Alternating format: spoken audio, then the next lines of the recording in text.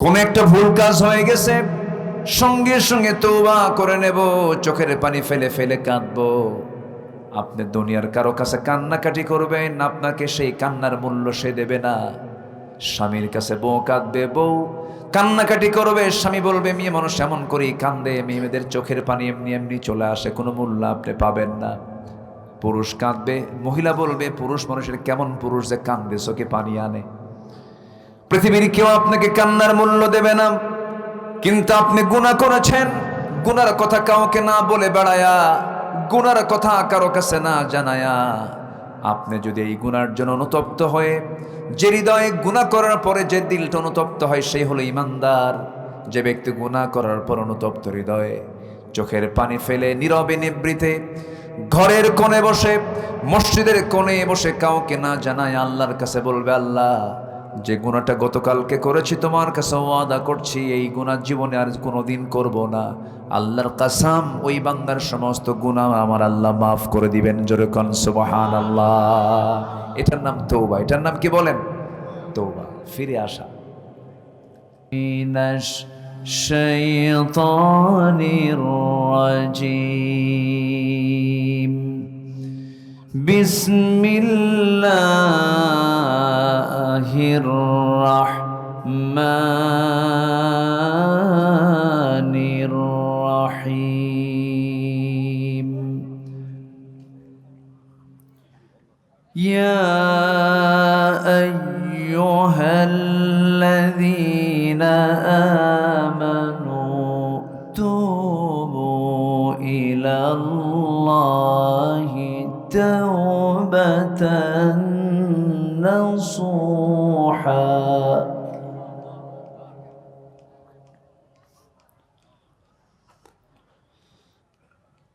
عسى ربكم أن يكفر عنكم سيئاتكم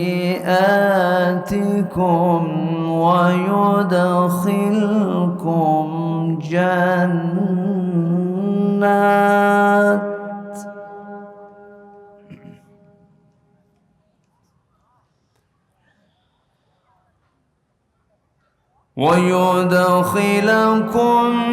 جنات تجري من تحتها الأنهار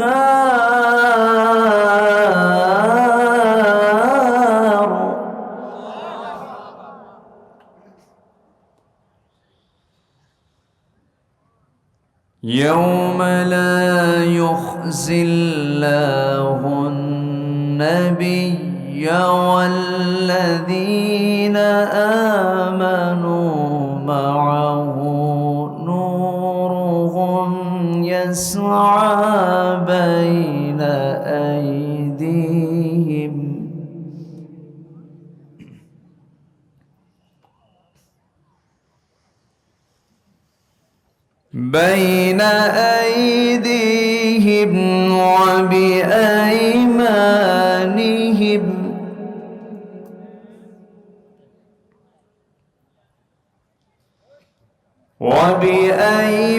وبأيمانهم يقولون ربنا أتمم لنا نورنا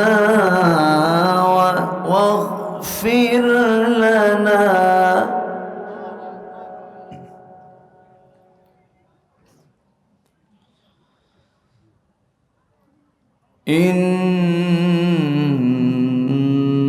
إنك على كل شيء قدير.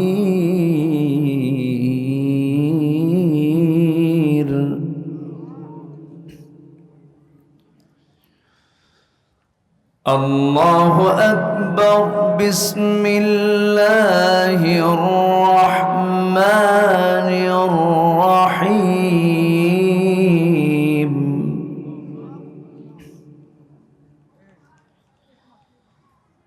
إن الله وملائكته يصلون على النبي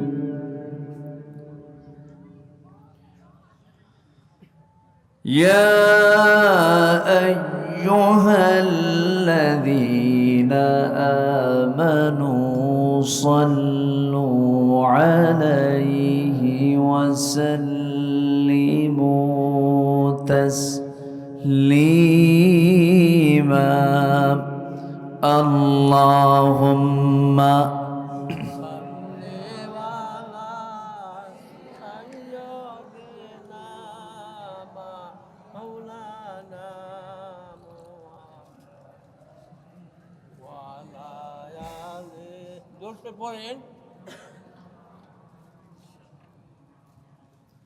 সবাই বলুন বালাগাল উলা বিকামালিহি কাশাফাত তুজা বিজামালিহি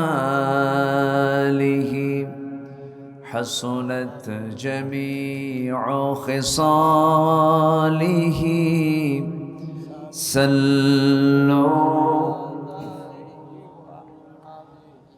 सूरत यूसुफ बिदारी हिकमत लुक़मान इमाम कारी कुरआन बारी ये है दिले सादिमान मा बलगल उला كشف التجى بجماله حسنت جميع خصاله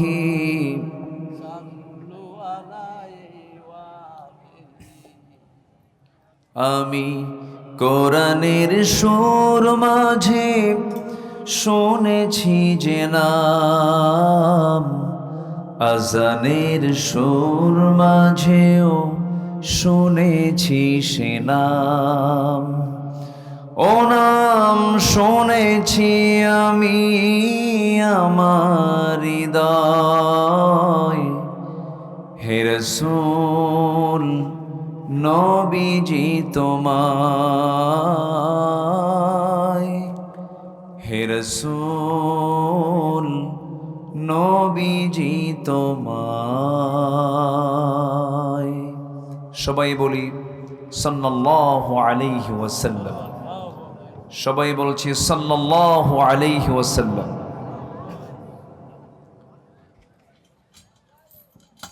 প্রাকৃতিক সৌন্দর্যের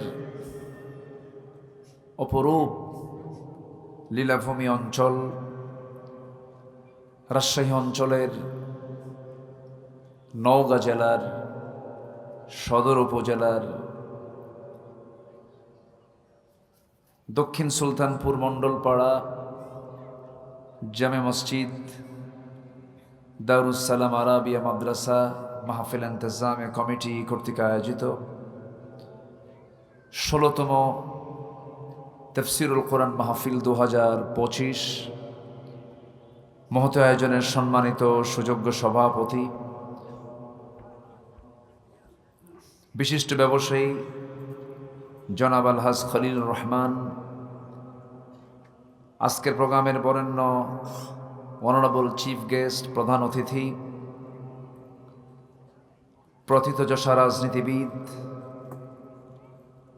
সমাজসেবক জনাব জাহিদুল ইসলাম ধলু সাহেব, আজকের মাহফিলের বরেণ্য অতিথিবৃন্দ, বিশেষ করে আমার পূর্বে আলোচনা রেখেছেন নন্দিত আলেমীদ্বীন এলজিডি জামে মসজিদ নওগাঁর সম্মানিত খতিব হাফিজুল কোরআন মাওলানা হাবিবুর রহমান যুক্তিবাদী, উপস্থিত হাজারাত উলামায়ে কেরাম, ফদলায়ে আযম, সুশীল সমাজ, জাতির শ্রেষ্ঠ সন্তান শিক্ষক মণ্ডলী, জাতির বিবেক সাংবাদিকবৃন্দ, সামনে উপস্থিত দূরে কাছের বিভিন্ন স্থান থেকে ছুটে আসা কালিমার ঝান্ডাবাহী, তাওহীদের পতাকাবাহী, দ্বীন ইসলামের নরসারদুল বীর মুজাহিদ, প্রাণ প্রিয় সম্মানিত দ্বীনি ভাইরা, আড়ালে বসে আছেন শ্রদ্ধেয়া সম্মানিতা মা বোনেরা, আলোচনার সূচনায় আনুষ্ঠানিকতার মধ্য দিয়ে আমার পক্ষ থেকে আবারও দিল খোলা সালাম, আসসালামু আলাইকুম ওয়া রাহমাতুল্লাহি ওয়া বারাকাতুহু। সবাই কেমন আছেন বলুন তো? গরম কেমন লাগতেছে? বেশ গরম কিন্তু আজকে। এই গরমের মাঝে ঘরমাক্তা দেহ নিয়ে আল্লাহি কোরআনের টানে জান্নাতের বাগানে এমন সুন্দর আয়োজনে যিনি আমাকে আসার বসার তৌফিক দিলেন, সেই মহান রবের শানে বলে উঠছি আলহামদুলিল্লাহ। আবারও বলছি আলহামদুলিল্লাহ। চিৎকার মেরে বলছি আল্লাহুম্মা ইন্নী আসআলুকা আল হুদা ওয়াত তুকা ওয়াল আফাফা ওয়াল গিনা। সবাই বলি আল্লাহুম্মা আইন্নি আলা যিকরিকা ওয়া শুকরিকা ওয়া হুসনি ইবাদাতিকা। আমরা আল্লাহ তাআলার শুকর আদায় করে নিলাম। সম্মানিত হাজিরিন, আমি অনেক আগে এসেছি, উঠতে একটু দেরি হয়ে গেল। আর একটু আগে উঠলে, ঘন্টাখানেক আগে উঠলে মাহফিলের একটা সুন্দর টাইম সিলেকশন ঠিক থাকতো। একটু বেশি রাত হয়ে যাচ্ছে, আমি খুব বেশি সময় নেব না, তবে যতক্ষণ থাকবো আমাকে সময় দেওয়া যাবে কি? কেউ কি আমাকে না বলে যাবেন? আমাকে যদি কেউ যেতেই চান একটু বলে যাবেন। আমি চাই সবাইকে নিয়ে আমার মাজলুম সেই ফিলিস্তিন এবং সেকেন্ড গোটা পৃথিবীর সবচেয়ে বেশি মুসলমান যে দেশে, ভারতের কিছু মুসলমান তারা নির্যাতিত, নিপীড়িত, মাহফিল শেষে সবাইকে নিয়ে বিশেষ একটি দোয়ার এই অনুষ্ঠানে আমরা সামিল হতে চাই। শেষ দোয়ায় সবাই থাকবেন না ইনশাআল্লাহ? জোরে বলি ইনশাআল্লাহ।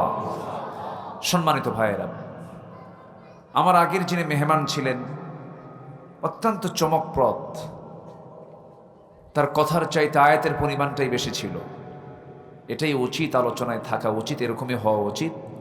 অত্যন্ত চমকপ্রদ, আদিল্লা নির্ভর, দলিলে ভরা কথা তিনি বলেছেন। আমি শেষ ক্লাসে এসে ভাঙ্গাচূড়া কিছু কথা বলতে চাচ্ছি, কারো কোনো আপত্তি নাই তো? বলি আলহামদুলিল্লাহ।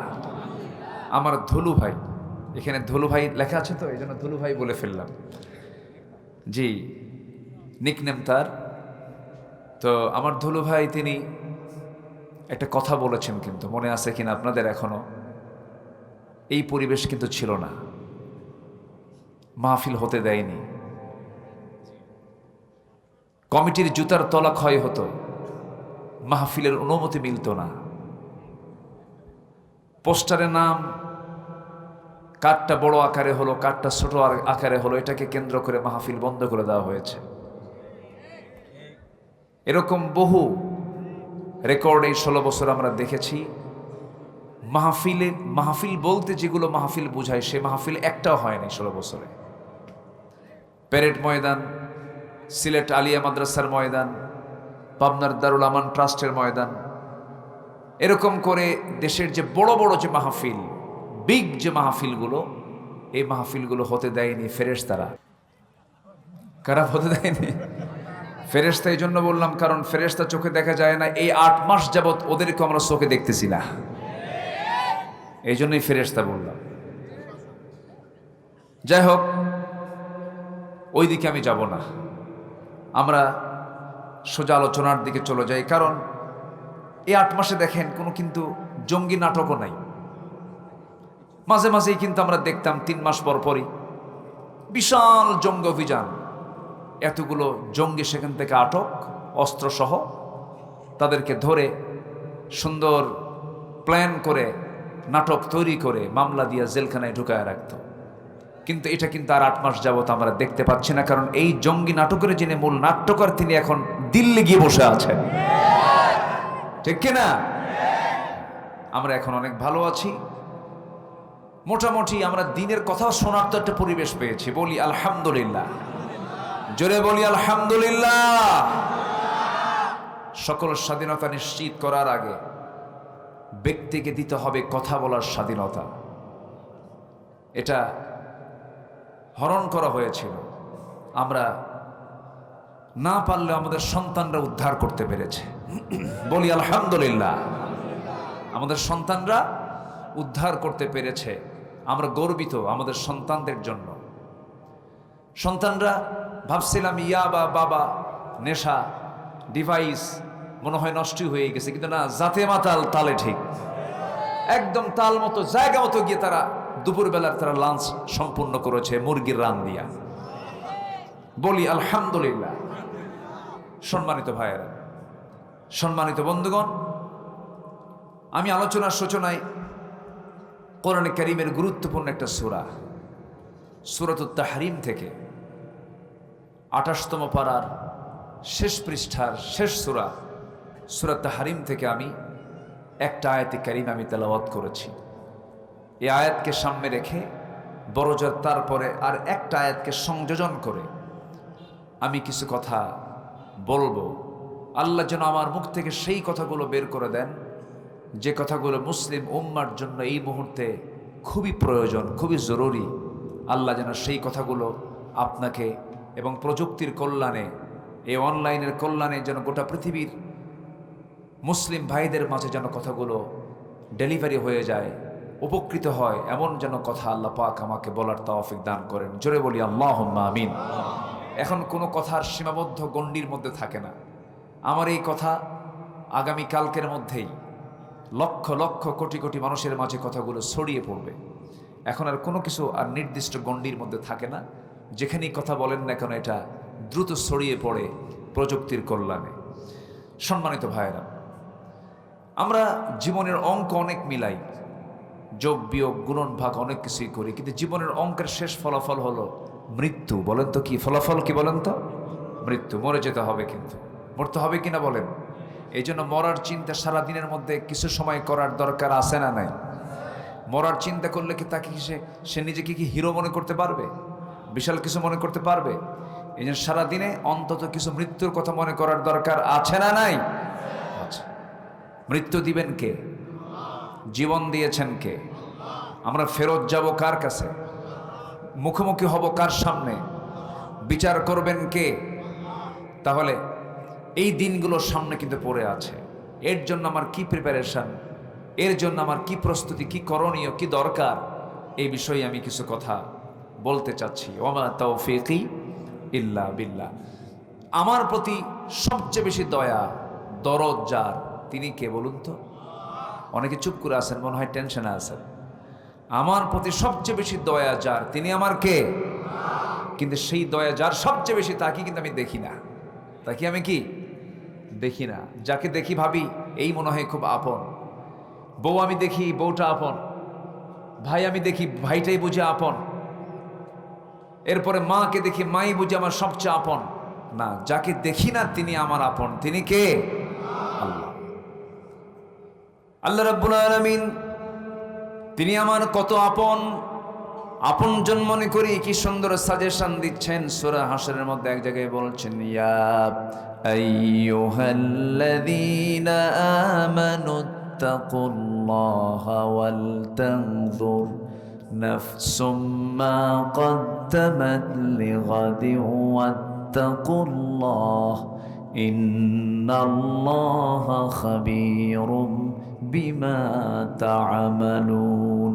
জোরে বলুন আল্লাহু আকবার। ইমানদারেরা, তোমরা আমাকে ভয় করো, ওয়াল তানজুর, এবং লক্ষ্য রাখো আগামী দিনের জন্য তুমি কি নিয়ে আসতেছো আমার কাছে, কি প্রস্তুতি তোমার, কি প্রিপারেশন তোমার, কি তুমি প্রস্তুতি নিয়ে আমার সামনে আসতেছো, এই দিকে একটু লক্ষ্য করো। ওয়াত্তাকুল্লাহ, আমাকে বেশি বেশি ভয় করো। আর একটা কথা জেনে রেখে দিও বান্দা, তুমি যা কিছু করো সব কিছুর খবর কিন্তু সবচেয়ে বেশি জানেন তিনি আমার কে। জোরে বলেন, তিনি আমার কে?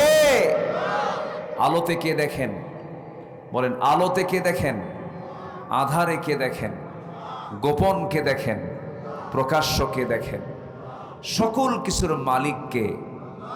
আমি কি করছি রাতে, কি করছি দিনে, কি করছি চিন্তায়, সব অটো রেকর্ড কার কাছে? আল্লাহর কাছে। আল্লাহ রাব্বুল আলামিন বলেন, وَيَعْلَمُ خَائِنَةَ الْأَعْيُنِ وَمَا تُخْفِي الصُّدُورُ।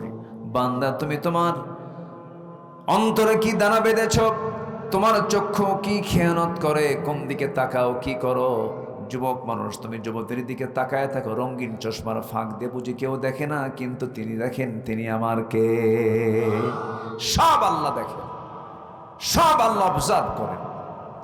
সে আল্লাহ তাআলা আমার আপনার বিচার করবেন, তিনি হিসাব নেবেন। কাল কিন্তু তিনটা না, অতীত, বর্তমান, ভবিষ্যৎ, দুনিয়ার হিসাব। কিন্তু কাল মূলত দুইটা, একটা হচ্ছে ইহকাল, বলেন, আরেকটা কি? আরো জোরে, পরকাল। কোনটা চিরস্থায়ী বলেন, ইহকাল না পরকাল? পরকালের চিন্তা আমাকে আগে করতে হবে। আমরা কি দুনিয়া সাজাবো না আখিরাত সাজাবো? জোরে বলেন, দুনিয়া সাজাবো না আখিরাত সাজাবো? দুনিয়ার দরকার নেই। আস্তে কয়, অনেকে চুপচাপ। দুনিয়ার দরকার নাই, বিয়ে শাদী করবেন না, বাসর ঘর সাজাবেন না। কি কোন প্রয়োজন আছে কিনা বলেন? কেন বলেন, দুনিয়া সাজাবো না আখিরাত সাজাবো? আবার কয় আখিরাত।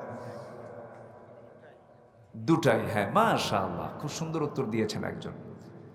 দুনিয়া না সাজালে আপনি আখিরাত সাজাবেন কেমনে? কিন্তু টার্গেট হবে আখিরাত। এই জন্য একটা দোয়া আল্লাহ রাব্বুল আলামিন আমাকে আপনাকে শিখিয়ে দিয়েছেন। আমার নবী যে দোয়াটা প্রায় প্রায় পড়তেন, যারা পারেন আওয়াজ দিয়ে ঠোঁট মিলিয়ে আমার সঙ্গে আওয়াজ দিয়ে বলুন, রব্বানা আতিনা ফিদ দুনিয়া হাসানাতাও ওয়া ফিল আখিরাতি হাসানাতাও ওয়া কিনা আযাবান নার ওয়াজআলনাল জান্নাতা মাআল আবরার। এখানে কি দুনিয়া বাদ পড়ছে? আজ থেকে দুনিয়া বাদ পড়েছে? আল্লাহ, তুমি দুনিয়ার সৌন্দর্য দাও, দুনিয়ার হাসানা দাও, আখিরাতুর হাসানা দিয়ে দাও। দুনিয়াটা সাজিয়ে দাও ইসলাম দিয়ে। আমরা সাজিয়ে নেব দুনিয়াটাকে কি দিয়ে? ইসলাম দিয়ে। ইসলাম ছাড়া যা সাজাবেন সব জাহান্নাম হয়ে যাবে। দুনিয়া সাজাবো আমরা অন ইসলাম দিয়ে না ইসলাম দিয়ে? বলেন, অন ইসলাম না ইসলাম? ইসলাম দিয়ে। কি জাকাতের কাজ করব না সুদের কাজ করব? আমার দেশে কিসের কাজ চলে বেশি বলেন? এদেশের কত পার্সেন্ট মানুষ সুদের সঙ্গে জড়িত বলেন? বলেন 1%। বলেন, একটু বলেন। রাগ করতেছেন নাকি? এই মুহূর্তে যদি কেউ ওঠেন, ভাববো ওই লোকটাই সুদ খায়। বসে থাকেন, বসেন সবাই, কেউ উঠবেন না। শোনেন, আমাদের দোয়াগুলো যায় কোথায়? আমরা এত দোয়া করি, কান্দি, দোয়া কবুল হয় না কেন? দোয়া কবুলের তো শর্ত আছে ভাই। 1 নম্বর শর্ত হলো সুদ ছাড়তে হবে। এ জাতি কি সুদ ছাড়ছে? বলেন, সুদ ছাড়ছে? এদেশের অর্থনীতি কি সুদবিহীন না সুদ ভিত্তিক? বলেন বলেন, সুদবিহীন না সুদ ভিত্তিক? সুদ ভিত্তিক। সুদের উপরে অর্থনীতি। যাকাত নাই। অথচ যাকাত আল্লাহ তাআলা ফরজ হুকুম দিয়েছেন। যাকাত কয় নাম্বার পিলার বলেন তো ইসলামের? ইসলামের ভিত্তি কয়টা বলেন? কয়টা ভিত্তি বলেন? ইসলামের ভিত হলো 5টা। কালেমা, এরপরে নামাজ, এরপরে কি বলেন? হ্যাঁ, রোজা। হ্যাঁ, কালেমা, নামাজ, রোজা, হজ, যাকাত। এটা হলো বাংলার সিরিয়াল, কিন্তু আরবির সিরিয়াল হলো বুনিয়াল ইসলাম আলা খামসিন শাহাদাতি আল্লা ইলাহা ইল্লাল্লাহ ওয়া আন্না মুহাম্মাদান আবদুহু ওয়া রাসূলুহু। নাম্বার 2 ওয়া ইকামুস সালাহ ওয়া আতুজ যাকাহ ওয়াল হজ ওয়া সাওম রমাদান। যাকাত হলো 3 নাম্বার। যাকাত কয় নাম্বার? ইসলামের বেনা কয়টা বলেন? 5টা। 3 নাম্বার বেনাটা কি বলেন? এই 5টা আঙ্গুলের মধ্যে সবচেয়ে বড় নখ কোনটা বলেন? বলেন, বলেন, এই নখটা কি ছোট না সবচেয়ে বড়? বলেন, সবচেয়ে ছোট না সবচেয়ে বড়? তাহলে এই 5টা আঙ্গুল আল্লাহ পাক বানিয়েছেন, সবচেয়ে বড় বানিয়েছেন। প্রথম 2টা, শেষ 2টা না মাঝখানেরটা? মাঝখানেরটা। আপনি বিল্ডিং বানাবেন, বিল্ডিং যখন বানাতে যাবেন, ধরেন 5 কলামের বিল্ডিং অথবা 6 কলামের বিল্ডিং, 6 কলাম, পাশে 2টা, আরেক পাশে 2টা, মাঝখানে 2টা। বলুন তো ইঞ্জিনিয়ার কোন কলামে রড বেশি দেয়? বলেন কোন কলামে? আল্লাহ হাত বানাতে কোন জায়গায় বেশি হাত দিয়েছেন? বলেন কয়টাতে, কোনটাতে? মাঝখানে।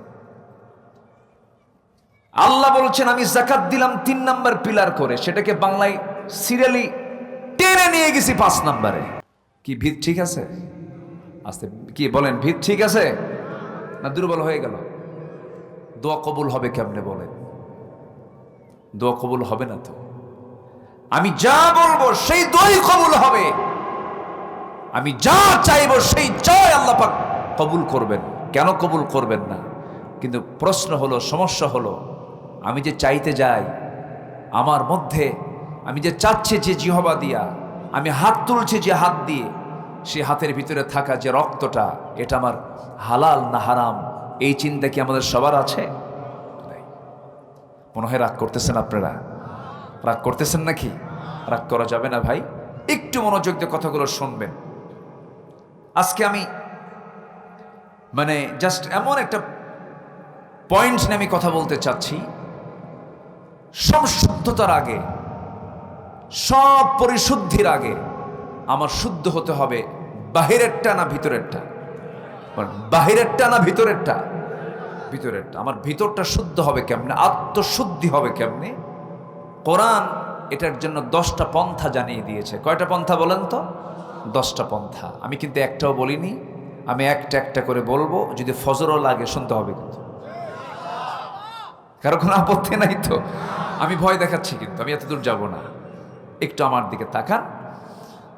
আত্মশুদ্ধির 10টা পন্থা কোরআন থেকে আমি যতটুকু পেরেছি স্টাডি করে ভাঙ্গাচোরা আমি বের করেছি। এর মধ্যে 1 নম্বর হলো সূরা তাহরিমের সে আয়াতের দিকে আমি যাচ্ছি।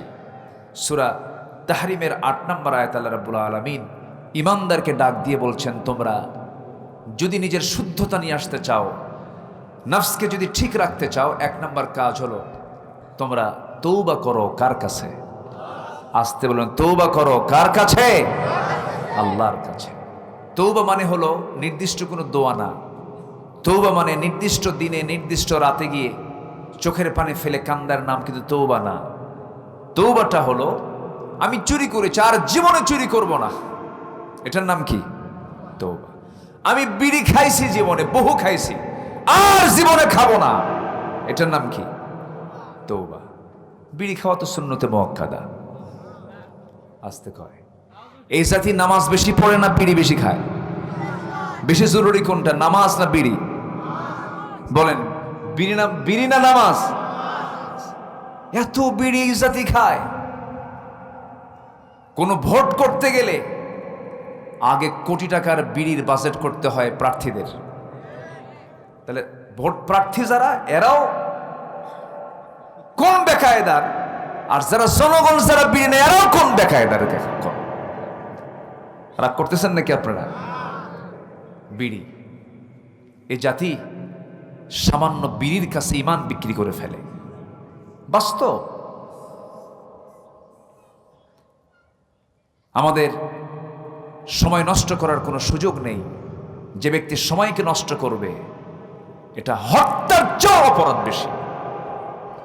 সময় নষ্ট করা যাবে না, একটা সেকেন্ড সময় আমরা নষ্ট করব না, বাজে কোনো কাজে যাব না, বাজে কোনো কথায় যাব না, সেই বান্দাই জান্নাত পাবে। জোরে বলেন সুবহানাল্লাহ। আল্লাহকে সময়ের বিচার নেবেন। কিসের বিচার করবেন বলেন? সময় দিয়েছিলাম। এই পৃথিবীর সেরা মানুষ মুহাম্মদ সাল্লাল্লাহু, তিনি বেঁচে ছিলেন কত বছর বলেন? 63 বছর। তিনি কি বিফল না সফল? ব্যর্থ না মহা সফল? সফল। সময় নষ্ট করেছেন? কিন্তু সময় নষ্ট করে ফেলি আমরা। কোন একটা ভুল কাজ হয়ে গেছে, সঙ্গে সঙ্গে তওবা করে নেব, চোখের পানি ফেলে ফেলে কাঁদবো। আপনি দুনিয়ার কারো কাছে কান্নাকাটি করবেন, আপনাকে সেই কান্নার মূল্য সে দেবে না। স্বামীর কাছে বউ কাঁদবে, বউ কান্নাকাটি করবে, স্বামী বলবে মেয়ে মানুষ এমন করেই কান্দে, মেয়েদের চোখের পানি এমনি এমনি চলে আসে, কোনো মূল্য আপনি পাবেন না। পুরুষ কাঁদবে, মহিলা বলবে পুরুষ মানুষের কেমন পুরুষ যে কাঁদবে চোখে পানি আনে। পৃথিবীর কেউ আপনাকে কান্নার মূল্য দেবে না, কিন্তু আপনি গুনাহ করেছেন, গুনার কথা কাউকে না বলে বেড়ায়া, গুনার কথা কারো কাছে না জানায়া, আপনি যদি এই গুনার জন্য অনুতপ্ত হয়ে, যে হৃদয়ে গুনাহ করার পরে যে দিলটা অনুতপ্ত হয় সেই হলো ইমানদার। যে ব্যক্তি গুনাহ করার পর অনুতপ্ত হৃদয়ে চোখের পানি ফেলে নীরবে নিবৃতে ঘরের কোণে বসে, মসজিদের কোণে বসে কাউকে না জানায় আল্লাহর কাছে বলবে, আল্লাহ যে গুনাহটা গতকালকে করেছি তোমার কাছে ওয়াদা করছি এই গুনাহ জীবনে আর কোনোদিন করব না। আল্লাহর কাসাম, ওই বান্দার সমস্ত গুনাহ আমার আল্লাহ মাফ করে দিবেন। জোরে কোন সুবহানাল্লাহ। এটার নাম তওবা। এটার নাম কি বলেন? তওবা, ফিরে আসা। আত্মশুদ্ধির এক নাম্বার পন্থা এটা। ভুল হবে না কেন ভাই? কেন ভুল হবে না? ভুল তো আমার হবেই, গুনাহ তো আমার হবেই। এই যোগ্যতা আল্লাহ পাক আমাকে দিয়ে পাঠিয়েছেন। ফেরেশতার গুনাহ করার যোগ্যতা নাই। ফেরেশতা কি বিয়ে শাদী করে? তার কি বউ বাচ্চা আছে? তো আমরা বিয়ে শাদী করি, বউ বাচ্চা আছে, কামাই টামাই করা লাগে, ভুল টুল হয়। কিন্তু ভুলের একটা মাত্রা আছে। আপনি থাপ্পড় মারলেন একজনকে, সে কি, তাকে কি ফাঁসি দেওয়া হবে? না। থাপ্পড় মারলেন, বেয়াদবির একটা হয়তো বা হালকা একটা বিচার হবে। কিন্তু আপনি থাপ্পড় না দিয়ে গুলি করলেন, দুটোই দোষ। দুই দোষ কি একরকম? না। আমার আপনার দ্বারা ভুল হবে, কিন্তু সেই ভুল হওয়া যাবে না যে ভুল হলে পরে আল্লাহ পাক সেই ভুলকে মাফ করবেন না। সেটা হলো কিছু কিছু কুফরি গুনাহ আছে, শিরকের গুনাহ আছে, বেদাতের গুনাহ আছে। এটা আমি একটু পরে বলবো, কোন কোন গুনাহগুলো আল্লাহ পাক মাফ করবেন না, আমাকে মনে করে দিবেন ভুলে গেলে পরে। আমি খুবই একটা আনন্দ পাচ্ছি, একটা বাতাস মনে হয় চালু হয়েছে না, চতুর্দিক থেকে একটা বাতাস মনে হয় ফিল হচ্ছে, একদম the gentle bridge is blowing, মানে খুব মৃদুমন্দ বাতাস আসতেছে। খুব গরম ছিল, বলি আলহামদুলিল্লাহ। আমাকে সময় দিচ্ছেন তো? নিজের ভিতরের আত্মশুদ্ধির 10 পন্থার মধ্যে 1 নম্বর পন্থা হলো তওবা করব কার কাছে? আসতে বলবেন, তওবা করব কার কাছে? আল্লাহর কাছে। আল্লাহ সবচেয়ে বেশি খুশি হন যখন বান্দা তওবা করে। বান্দা যখন ফিরে আসে, দুনিয়ার জিন্দেগি তাকায় দেখেন, বাবার 4 ছেলে, 4 ছেলের মধ্যে সবটাই ভালো, 3টাই ভালো, কোনো সমস্যা নাই, কিন্তু একটা একটু বেশি দুষ্ট। সেই বাবার টান সবচেয়ে বেশি কোনটার দিকে থাকে বলেন? বলেন কোনটার দিকে থাকে? দুষ্টের দিকে থাকে। 3টার দিকে তার কোনো নজরই নাই, কোনো খেয়াল নাই। কিন্তু ওই দুষ্ট ছেলেটা যে নামাজ পড়েন একটু বখাটে, দুষ্টমি করে, না জেনে কোথায় কি করে ফেললো, বাবার পেরেশান। বাবা বারবার খবর নাই, দেখতো কোথায় আছে, কি করতেছে। ওই যেটা সবচেয়ে বেশি দুষ্ট সেটার খবর রাখে, আর মনে মনে আল্লাহর কাছে বলে, আল্লাহ ওরে ভালো করে দাও। তেমনি বান্দার মধ্যে যে সমস্ত বান্দাগুলো ভুল করার পরে যখন তওবা করে আল্লাহর কাছে এসে বলে, আল্লাহ ভুল করে ফেলছে, তখন আল্লাহ পাক কেমন খুশি হন।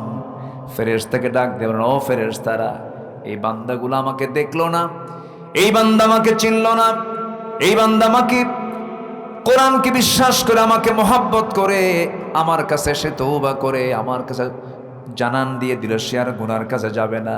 ও ফেরেশতারা সাক্ষী থাক, এই সমস্ত বান্দার সমস্ত গুনাহগুলো মাফ করে আমি আল্লাহ জান্নাতের বাজেট পাশ করে দিলাম। আমার নবীর সহিহ হাদিস, আত-তাইবু মিনাজ যামবি কামান লা যামবা লাহ, যার তওবা কবুল হয়ে যায় তার পূর্বের জীবনের আর কোনো গুনাহ চুল পরিমাণ থাকে না। জোরে বলি সুবহানাল্লাহ। তওবা কি একবার না বারবার? আমার রাসূল সারা দিনে 100 বারেরও বেশি বার তওবা করেছে। ফাইন্নী আতুবু ফিল ইয়াউমি 100 মাররা, আমি রাসূল নিজে সারা দিনে 100 বারেরও বেশি বার তওবা করি। রাসূল রাসূল রাসূল।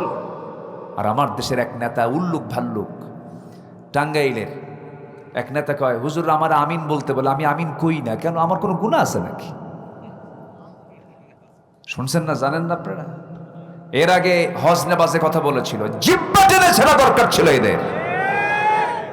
হজ নিয়ে বলেছিল হজ হচ্ছে মুহাম্মাদের ব্যবসা, এই কথা বলেছিল।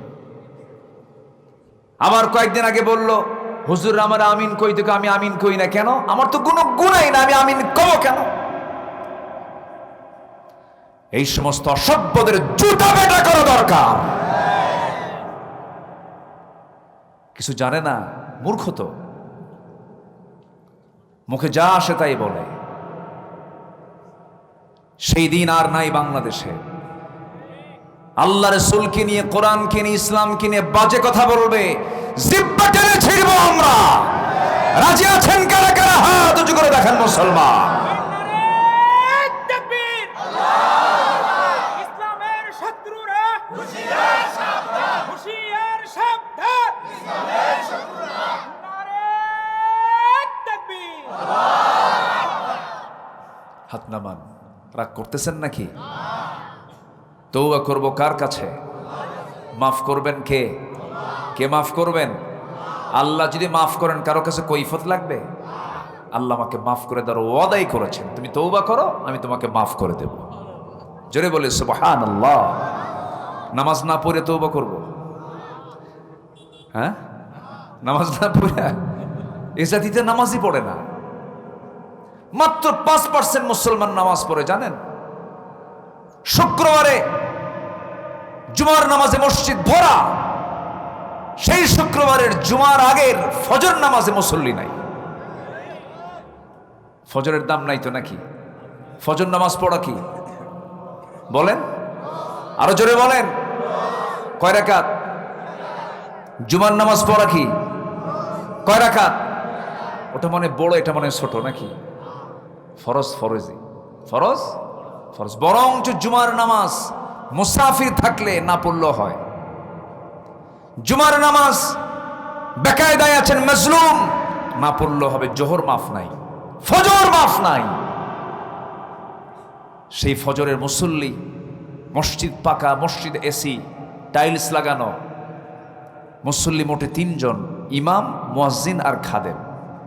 ফজরে এই 3টাও থাকতো না যদি তারা চাকরি না করতো। বাস্তব তো, মানুষের ঘুমের স্টাইল হয়ে গেছে ভিন্ন। মানুষ কি সন্ধ্যায় ঘুমায় না শেষ রাতে ঘুমায়? বলে সন্ধ্যায় না শেষ রাতে? শেষ রাতে ঘুমায়। সব উল্টা পাল্টা। না, অনিয়ন্ত্রিত জীবন ইসলাম এলাও করে না। আমরা নামাজ পড়ব কয় ওয়াক্ত? সময় নেওয়া সময়, সময় নেওয়া সময়, আস্তে আস্তে না তাড়াতাড়ি, বুঝে বুঝে না না বুঝে, জেনে না না জেনে, জেনে বুঝে সময় আসতে। ইন্নাস সালাতা কানাত আলাল মুমিনিনা কিতাবাম মাওকুতা। আমরা সময় মতো নামাজ পড়ব, হুকুমটা দিয়েছেন তিনি আমার কে? কয় ওয়াক্ত নামাজ? মূলত 5 ওয়াক্ত নামাজ। একটু কান লাগাবেন। ভাইজান কষ্ট হচ্ছে না? কোনো কষ্ট? যে আচ্ছা আচ্ছা, না আপনারা তো ব্যস্ত, আমরা বুঝি। বিভিন্ন জায়গায় সারাটা দিন ব্যস্ত থাকতে হয়। নেতৃবৃন্দদের যে কি যে একটা কষ্ট, বুঝলেন? অন্তত এনারা বাড়িওয়ালি যে আছে তাদের কাছে সন্তুষ্ট প্রকাশ করতে পারেন না, তারা সন্তুষ্ট না। ঠিক আছে না? খুব কঠিন ব্যাপার। চেয়ারম্যানের বউ, বলেন তো বড় কে, চেয়ারম্যান না চেয়ারম্যানের বউ? বউ বড় তো, চেয়ারম্যান পারে না তো, সময় দিতে পারে না। ধমক টমক যা আমার ধমকা, উপায় তো নাই, সময় তো দিতে পারি না, খুব মুশকিল। নেতৃত্ব খুব কষ্টের কাজ। নেতৃত্বের জবাবদিহিতা যদি থাকতো, নেতৃত্বের জন্য কেউ চাইতো না নেতৃত্ব। ইসলাম যে নেতৃত্ব চায় তাকে নেতৃত্ব দেয় না। এই জন্য ইসলাম নেতৃত্ব যে চাবে তাকে ইসলাম নেতৃত্ব দেয় না, যে চায় না তাকে দেয় ইসলাম নেতৃত্ব। আল্লাহু আকবার বলেন। ইসলাম কত সুন্দর। আল্লাহ পাক আমার ভাইকে কবুল করুন, জোরে বলি আমিন। আরো জোরে আল্লাহুম্মা আমিন। সম্মানিত ভাইয়েরা, তাহলে তওবা করবো আমরা কার কাছে? আল্লাহর কাছে। গুনাহ হবে না? বলেন গুনাহ হবে না? হবে, কিন্তু ইচ্ছা করে কোনো গুনাহ করা যাবে না। ছোট্ট একটা ইতিহাস আমার মনে পড়লো, আমি প্রায় বলি এটা। এক মহিলা সাহাবী, বিবাহিতা একজন মহিলা, হঠাৎ করে ওয়াসওয়াসায় পড়ে জেনার মতো একটা জঘন্য কাজ তার দ্বারা হয়ে গেল। আমার নবীর কাছে চলে গেলেন। নবীর কাছে গিয়ে বললেন, ইয়া রাসূলুল্লাহ, আমি তো জেনা করে ফেলেছি। রাসূল বললেন, না তুমি করো নাই। না আমি হুজুর জেনা করে ফেলেছি। না তুমি করো নাই। না হুজুর আমি জেনা করেছি। না তুমি করো নাই। 3টি বার রাসূল মানা করলেন, 3টে বারে তিনি বললেন, না হুজুর আমি জিনা করে ফেলেছি। হয়তো আপনি আমাকে সাক্ষী না থাকার কারণে আমাকে বাঁচানোর জন্য বারবার চেষ্টা করছেন, কিন্তু আপনি আমাকে দুনিয়াতে বাঁচায়া দিতে চান, আর আমি জাহান্নাম থেকে বাঁচতে চাই। হাসরের ময়দানে জিনাকারের কাতারে আমি দাঁড় হব, এটা আমি চাই নাই। মনে করে হুজুর শাস্তি নেবার জন্য আপনার কাছে আসছে, আপনি আমাকে শাস্তি দিয়ে দেন। রাসূল বলেন, মহিলা জিনা যে করেছো, জিনার ফলে তোমার পেটে বাচ্চা আসছে নাকি? হ্যাঁ বাচ্চা আসছে। কোনো কথা নাই, যাও। সন্তান ডেলিভারি না হওয়া পর্যন্ত কোনো আইন কার্যকর করা যাবে না। মহিলা যাচ্ছেন আর বলছেন, হুজুর বাঁচবো তার গ্যারান্টি? রাসূল বলেন, আমি তোমার জন্য দোয়া করে দিলাম, যাও চলে।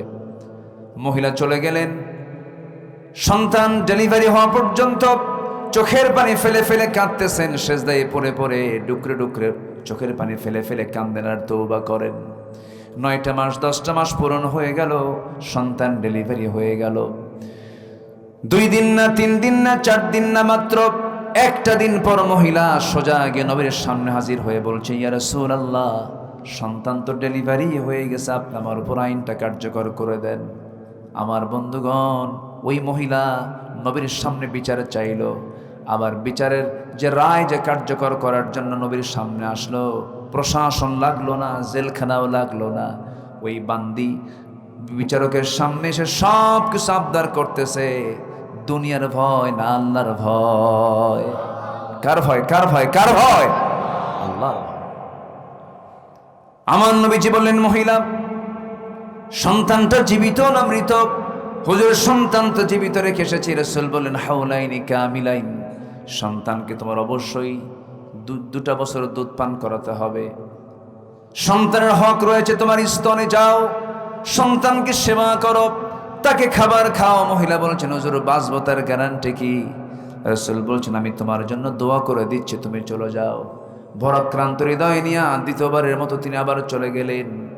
সন্তানকে 6টা মাস দুধের পাশাপাশি অন্য খাবারের অভ্যাস গড়ে তুলে ধীরে ধীরে বড় করে সন্তানটাকে টোটালি দুধ বন্ধ করে দিয়া, বুকের দুধ বন্ধ করে অন্য খাবারের উপযোগী করে সন্তানকে তিলে তিলে 6 মাসে বড় করে 6 মাসের মাথায় সন্তানকে কোলের মধ্যে করে নিয়া নবীর আদালতে চলে আসছে। রাসূলকে লক্ষ্য করে বলছেন, ইয়া রাসূলুল্লাহ, এই যে সন্তান দেখতে পাচ্ছেন, এই সন্তান আমার বুকের দুধ পান করা ছেড়ে দিয়েছে। সন্তানকে আমি অন্য খাবারের অভ্যাস গড়ে তুলেছি। আমি চাই না তৃতীয়বারের মতো আপনার কাছে শাস্তি পেতে এসেছে আর ফেরত যাই। আজকে আপনি আমার উপরের পুরো আইনটা কার্যকর করে দেন। আমার নবীজি হাত 2টা আগায় দিলেন, সন্তানটা কোলের মধ্যে তুলে নিয়া সাহাবায়ে কেরামকে বলছেন, সাহাবীরা এই যে সন্তান দেখতে পেতেছে আমার হাতে, এই সন্তানের লালন পালনের দায়িত্ব যে বান্দা গ্রহণ করবে, ফাহিয়া ফিল জান্নাতি কাহাতাইন, 2 নখের দূরত্বে জান্নাতের মধ্যে আমার সঙ্গে অবস্থান করবে। কয়েকজন সাহাবী দৌড় মেরে এসে সন্তানকে কোলের মধ্যে করে নিয়ে চলে গেল। আমার নবীজি বললেন, যাও এই মহিলাকে নিয়ে যাও, উন্মুক্ত মরু প্রান্তরে বুক পর্যন্ত পুঁতে রেখে ফারজুমুহুমা নাকালাম মিনাল্লাহ, পাথর মেরে শেষ করে দাও। ইসলামে জানার শাস্তি আড়ালে না প্রকাশ্যে? বলেন আস্তে, বলেন আড়ালে না প্রকাশ্যে? প্রকাশ্যে। ধরেন নওগাঁর বগুড়ার সাতমাথা, রাজশাহী রংপুরের মডার্ন মোড়, ঢাকার জিপিও পল্টনের মোড়, গুলিস্তানের মোড়, এরকম করে করে যদি যারা জেনাকার, যারা ধর্ষক, এমন জাতীয় অপরাধী যারা আল্লাহর এই নির্দিষ্ট ফর্মুলা যদি ফলো করে যদি 2-1টা আইন যদি কার্যকর করা হয়, এমন দৃশ্য যদি যুবকদের চোখে ধরা পড়ে যে আল্লাহর কাসাম, পরের দিন থেকে সমস্ত জেনা ধর্ষণ বন্ধ হয়ে যাবে। আসতে কোন কেন? আল্লাহই জানেন কোন আইনে কোন পন্থায় বান্দার কল্যাণ সবচেয়ে বেশি জানেন। তিনি কে? সূর্য বানিয়েছেন কে? সূর্যের উপকারিতা, সূর্যের যে কল্যাণ আমরা পাই, এটা সম্পূর্ণ অবদান কার? যে আল্লাহ সূর্য দিয়েছেন, সে আল্লাহ আইনগুলো দিয়েছেন। সে আইনের বিরুদ্ধে কথা বলার কিছু দুঃসাহস আমার দেশের কিছু কুলাঙ্গারদের মাঝে মাঝে লক্ষ্য করা যায়। বলে ফেলে এগুলো মধ্যযুগ আইন, এগুলো আইন চলতে পারে না, এগুলো বেহুদা কথা, বাজে কথা, ইমান বিরোধী কথা, ইমান বিধ্বংসী কথা। কোরআন ছিল, আছে, থাকবে। সম্মানিত ভাইরা, কোরআনের ভিতরে যে উত্তরাধিকার আইন যে আছে, বাপ মারা গেলে, মা মারা গেলে সন্তানরা যে সম্পদগুলো পায়, তার আত্মীয় স্বজনরা সম্পদগুলো পায়, মিরাস, অংশ বন্টন, গোটা পৃথিবীর কোন আইনে এমন মজবুত আইন নাই, কোথাও পাবেন না। আমেরিকাতে একটা আইন পাশ হলো, একটা ফ্যামিলির সবচেয়ে বড় দায়িত্বশীল তারা মনে করলো বড় ভাই, বাবার বড় সন্তান সবচেয়ে বেশি কষ্ট করে। ওরা বলল যে সব ভাই বোনের চাইতে বড় ভাইয়ের সম্পদের পরিমাণটা একটু বেশি হতে হবে। তারা আইনটা পাশ করলো এর উপরে ভিত্তি করে। পরের 10 বছর দেখা গেল ম্যাক্সিমাম ফ্যামিলিতে বড় ভাই মার্ডার। বড় ভাই কি মার্ডার। পৃথিবীর মানুষের তৈরি করা আইন দিয়ে কোনোদিন শান্তি আসতে পারে না। শান্তি আসবে একমাত্র কার আইন দিয়া? আসতে বলবেন না, কার আইন দিয়া? আল্লাহর আইন দিয়ে। আমার নবীজি সাহাবীকে অর্ডার দিয়ে দিলেন, চলে গেল।